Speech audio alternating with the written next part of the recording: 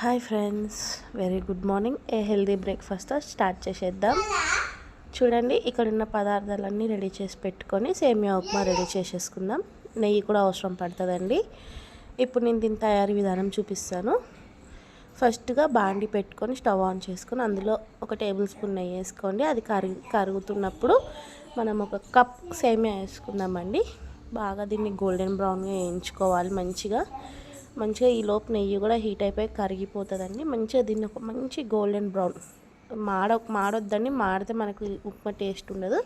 చూడండి, ఇలా golden brown colour, ఈ కలర్ చాలని మనం ప్లేట్లోకి తీసేసుకుందాం. ఇంకా మళ్ళీ తర్వాత ఆయిల్ వేసేసుకొని మనం వెజ్జీస్ అన్నీ వేసుకుందామండి.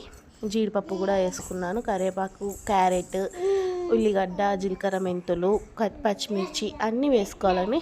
చూడటానికి ఒక తిరంగ జెండా లాగా ఉంది కదా, ఆరెంజ్, వైట్, గ్రీన్తోని. అండ్ మోరోవర్ ఇది కూడా మంచిగా కుక్ అవ్వాలండి. 2 స్పూన్స్ నేను సాల్ట్ వేసుకుంటున్నానండి. మరీ ఎక్కువ వేసుకోమాకండి, సేమియా ఉప్మాలో ఎక్కువ అయిపోతుంది. మంచిగా సాట్ చేసుకోవాలండి. దీన్ని కూడా మంచి గోల్డెన్ బ్రౌన్ కలర్లోకి చేసుకోవాలండి.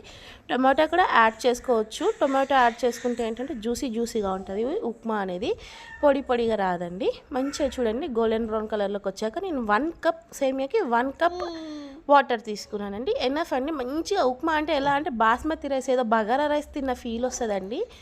చూడండి, ఇది తెరలకాగాక ఇందులో 1 కప్ సేమియా వేసేసుకుందామండి. ఇందాక మనం గోల్డెన్ బ్రౌన్లో రోస్ట్ చేసుకున్నాం కదా, అది వేసేసుకొని మంచిగా కలుపుకొని మూత పెట్టేసుకుందామండి.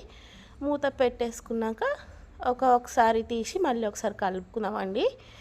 చూడండి, ఇది ఇప్పుడు ఇంత జ్యూసీగా ఉంది కదా, ఒకసారి మళ్ళీ కలుపుకొని మళ్ళీ మూత పెట్టుకుందామండి.